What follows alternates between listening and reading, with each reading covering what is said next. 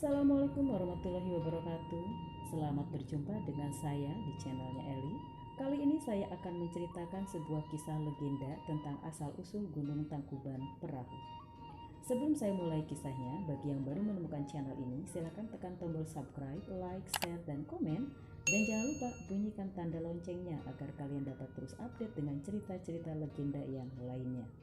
Baiklah, sebelum saya mulai ceritanya, terlebih dahulu saya akan ceritakan sekilas tentang sejarah pembentukan gunung dan letusan.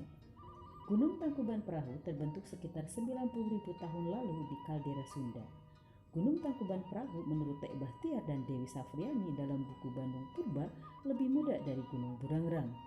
Gunung Burangrang yang terletak di sisi barat Gunung Tangkuban Perahu terbentuk sekitar 210.000 hingga 105.000 tahun lalu. Menurut Tek Bahtiar juga, Gunung Tangkuban Perahu lahir setelah terbentuknya Sesar Lembang. Ketika Gunung Tangkuban Perahu meletus, sebagian material alirannya yang mengalir ke selatan tertahan di kaki patahan. Sepanjang sejarahnya, aktivitas yang terjadi di Gunung Tangkuban Perahu telah membentuk 13 kawah. 3 kawah diantaranya populer dijadikan destinasi wisata, yaitu Kawah Ratu, Kawah Upas, dan Kawah Domas. Asal-usul Gunung Tangkuban Perahu dikaitkan dengan legenda Sang Kuryang yang dikisahkan jatuh cinta kepada ibunya Dayang Sumbi atau Rarasati.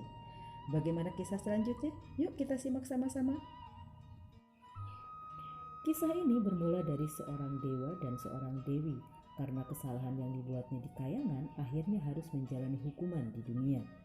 Keduanya dihukum untuk berbuat kebaikan dalam hidupnya di bumi dalam bentuk seekor babi hutan dan seekor anjing. Babi hutan jelmaan dewi itu bernama Wayung Hyang, sedangkan anjing jelmaan dewa itu bernama Tumang. Wayung Hyang karena dihukum sebagai babi hutan atau celeng, maka ia berusaha melakukan berbagai kebaikan di dalam sebuah hutan. Sementara Tumang sang anjing jelmaan dewa itu mengabdi sebagai anjing pemburu pada seorang raja yang bernama Sumbing Perbangkara. Pada suatu hari, Raja Sumbing Perbangkara berburu ke hutan di tepi kerajaan.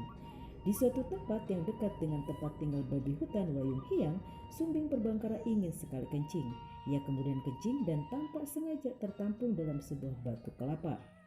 Selang beberapa saat, babi hutan Wayung Hyang yang sedang kehausan saat itu kemudian meminum air kencing Sumbing Perbangkara. Siapa sangka Wayung Hyang akhirnya hamil. Sumbing Perbangkara yang pada dasarnya memang suka berburu kembali ke hutan tersebut setelah berbulan-bulan, tepat saat Wayung Hyang melahirkan seorang bayi perempuan yang sangat cantik. Saat Sumbing Perbangkara sedang berburu kijang, terdengarlah suara tangisan bayi. Ditemani anjing pemburunya Tumang, ia mencari sumber tangisan suara bayi itu. Ia akhirnya menemukan bayi perempuan yang tak lain adalah anaknya sendiri. Terpikat dengan keelokan paras bayi itu, Sumbing Perbangkara membawanya pulang dan mengangkatnya sebagai anak. Bayi perempuan itu kemudian diberi nama Dayang Sumbi. Bagaimana kelanjutannya? Jangan kemana-mana. Singkat cerita, Dayang Sumbi semakin dewasa dan tumbuh menjadi seorang putri yang berparas elok.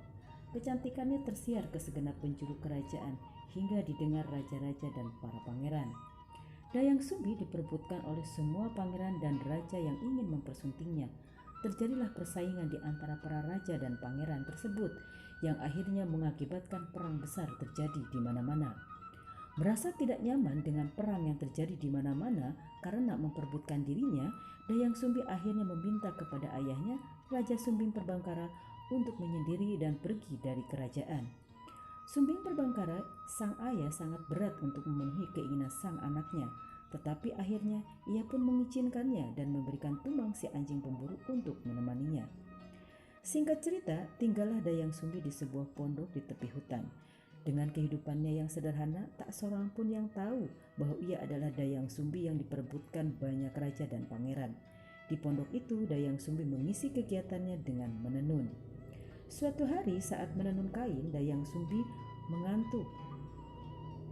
Alat tenunan yang disebut torak jatuh ke lantai. Dayang Sumbi merasa malas sekali memungut torak itu, sehingga ia bersumpah bahwa ia akan menikahi siapapun yang mengambilkan torak itu untuknya. Nah, karena yang di hutan itu hanya ada dia dan Tumang anjingnya, akhirnya Tumanglah yang mengambilkan torak yang jatuh itu dan menyerahkannya kepada Dayang Sumbi. Dengan rasa gak percaya, akhirnya Dayang Sumbi memenuhi sumpah yang terlanjur diucapkannya. Singkat cerita, menikahlah Dayang Sumbi dengan Tumang. Di kerajaan, Raja Sumbing Perbangkara yang mengetahui hal tersebut merasa malu. Putrinya yang cantik menikah dengan seekor anjing yang kini tengah mengandung. Karena malu, akhirnya sang ayah mengasingkan putrinya ke sebuah hutan bersama dengan Tumang. Sebenarnya tak ada seorang pun yang tahu bahwa Tumang adalah jelmaan seorang dewa kecuali Dayang Sumbi. Karena setiap malam bulan purnama, Tumang dapat menjelma menjadi seorang lelaki yang sangat tampan. Bagaimana selanjutnya? Jangan kemana-mana, ikuti terus. Singkat cerita, Dayang Sumbi akhirnya melahirkan seorang putra yang tampan. Kulitnya putih dan rambut lebat legam seperti arang. Dayang Sumbi memberi nama Sangkuriang. Bayi itu kemudian tumbuh menjadi anak yang tangkas dan mahir memanah. Pada suatu hari, Sangkuriang diminta ibunya untuk berburu karena Dayang Sumbi ingin sekali memakan hati rusa. Ditemani Tumang, Sangkuriang berburu ke hutan. Di suatu tempat, Sangkuriang melihat babi hutan Wayuhiang melintas. Ia segera membidikan panahnya. Sangkuriang memerintahkan anjing pemburunya Tumang untuk mengejar babi hutan itu. Tumang yang mengetahui jika babi hutan itu bukan sembarang babi hutan, melainkan jelmaan dewi yang bernama Wayuhiang, menolak perintah Sangkuriang. Tumang, si anjing jelmaan dewa itu, hanya duduk diam memandang Sangkuriang. Sangkuriang sangat marah kepada Tumang. Ia menakut-nakuti Tumang dengan mengarahkan anak panahnya pada Tumang. Tetapi tanpa sengaja ia melepaskan anak panah itu dari busurnya. Anak panah itu melesat dan menghujam ke tubuh Tumang. Anjing itu pun seketika tewas. Sangkuriang yang ketakutan bercampur putus asa akhirnya mengambil hati Tumang. Hati itu kemudian dibawanya pulang dan diserahkannya kepada Dayang Sumbi dengan mengatakan bahwa itu adalah hati rusa hasil buruannya. Dayang Sumbi dengan gembira memasak hati rusa itu. Mereka pun makan bersama-sama. Setelah selesai makan, Dayang Sumbi teringat akan Tumang. Ia bertanya kepada Sangkuriang, "Di mana anjing Tumang?" Sangkuriang tidak bisa berkelit lagi. Dengan jujur mengatakan bahwa Tumang telah tewas karena panahnya dan hatinya telah diserahkan kepada ibunya untuk dimasak. Mendengar itu, Dayang Sumbi sangat murka. Tanpa sadar, sang ibu berkata bahwa Sangkuriang telah membunuh ayah kandungnya sendiri. Ia kemudian mengambil centong nasi dan memukul kepala Sangkuriang hingga luka parah. Akan tetapi, luka di hati Sangkuriang lebih parah karena dia mengetahui sebuah kenyataan bahwa dia adalah anak dari seekor anjing. Akhirnya dengan hati terluka, Sangkuriang lari dari pondok itu meninggalkan ibunya Dayang Sumbi. Menyadari bahwa ia telah melukai hati anaknya sendiri dan membuatnya lari, Dayang Sumbi akhirnya merasa sangat menyesal. Sangkuriang adalah putra satu-satunya yang telah menemani hidupnya di hutan bersama Tumang. Demi menenangkan perasaannya, Dayang Sumbi akhirnya bertapa. Dalam pertapaannya, Dayang Sumbi kemudian dikaruniai umur panjang dan awet muda. Seumur hidupnya, ia akan tetap menjadi seorang wanita yang cantik dan tak akan pernah terlihat tua. Bagaimana nasib Sangkuriang? Ikuti terus. Sementara itu, Sangkuriang yang lari dengan kepala terluka mengembara kemana-mana. Ia berguru dengan beberapa orang sakti yang masuk hutan keluar hutan. Singkat cerita, Sangkuriang telah menjelma menjadi seorang pemuda yang sangat sakti dan perkasa. Ia mengalahkan semua makhluk-makhluk halus atau guriang yang ditemuinya dalam pengembaraannya. Ia menaklukkan mereka dan dengan kesaktiannya menjadi tuan dari guriang-guriang itu. Pada suatu ketika dalam pengembaraannya, Sangkuriang akhirnya bertemu dengan Dayang Sumbi. Sangkuriang sangat terpesona dengan kecantikan Dayang Sumbi, lalu akhirnya jatuh cinta. Perasaan Sangkuriang berbalas. Dayang Sumbi juga terpikat oleh ketampanan Sangkuriang. Akhirnya Sangkuriang berniat ingin menikahi Dayang Sumbi. Saat Dayang Sumbi menyisir rambut dan merapikan ikat kepala Sangkuriang, ia melihat ada bekas luka yang sangat besar. Setelah mengamati wajah Sangkuriang, barulah ia sadar bahwa ia akan menikah dengan anak kandungnya sendiri. Sangkuriang sendiri tidak menyangka bahwa Dayang Sumbi adalah ibu kandungnya. Dayang Sumbi akhirnya mencoba menjelaskan kenyataan bahwa Sangkuriang adalah putranya. Tetapi Sangkuriang tidak percaya dan Sangkuriang tetap memaksa ingin menikahi Dayang Sumbi. Akhirnya Dayang Sumbi berjanji mau menikah dengan Sangkuriang, tetapi dengan syarat ia meminta Sangkuriang membuatkan sebuah danau lengkap dengan perahunya dalam satu malam. Bagi Dayang Sumbi, ini adalah hal yang mustahil untuk dapat dilakukan oleh Sang Kuryang. Anak kandungnya itu tidak akan sanggup memenuhi persyaratan yang dimintanya. Akan tetapi di luar dugaan, Sang Kuryang menyanggupi semua permintaan Dayang Sumbi. Malam itu Sang Kuryang bekerja keras membuat sebuah danau. Sang Kuryang menebang pohon. Bekas pohon tebangannya itu berubah menjadi sebuah bukit yang kini dikenal sebagai Gunung Bukit Tunggul.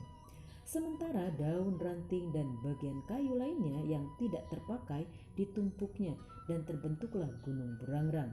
Ia telah bekerja separuh malam. Selesai membuat perahu, Sang Kuryang mulai membuat danau. Dalam menyelesaikan pekerjaannya, Sang Kuryang mengerahkan makhluk halus Guryang untuk membantu. Melihat situasi ini, Dayang Sumbi menjadi ketakutan. Akhirnya ia menebarkan kain-kain hasil tenunannya ke arah timur. Ia memohon kepada Sang Hyang Tunggal agar usaha Sang Kuryang digagalkan. Doa pun dikabulkan. Kain-kain tenunan Dayang Sumbi bercahaya kemerah-merahan di ufuk timur. Ayam-ayam jantan kemudian berkokok. Makhluk-makhluk halus Guryang yang membantu pekerjaan Sang Kuryang membuat danau mengira hari akan segera pagi. Mereka pun segera berlari dan bersembunyi masuk ke dalam tanah. Sang Kuryang tinggal sendirian. Dengan pekerjaan pembuatan danau yang hampir selesai, Sang Kuryang merasa usahanya telah gagal. Ia menjadi marah sekali. Sang Kuryang mengamuk.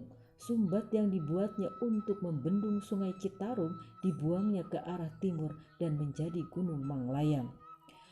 Danau Talaga Bandung yang dibuatnya kemudian menyurut, lalu dengan sekali tendangan keras perahu buatannya terlempar jauh dan tertelungkup. Dalam sekejap berubah menjadi Gunung Tangkuban Perahu. Sang Kuryang mengejar Dayang Sumbi yang melarikan diri.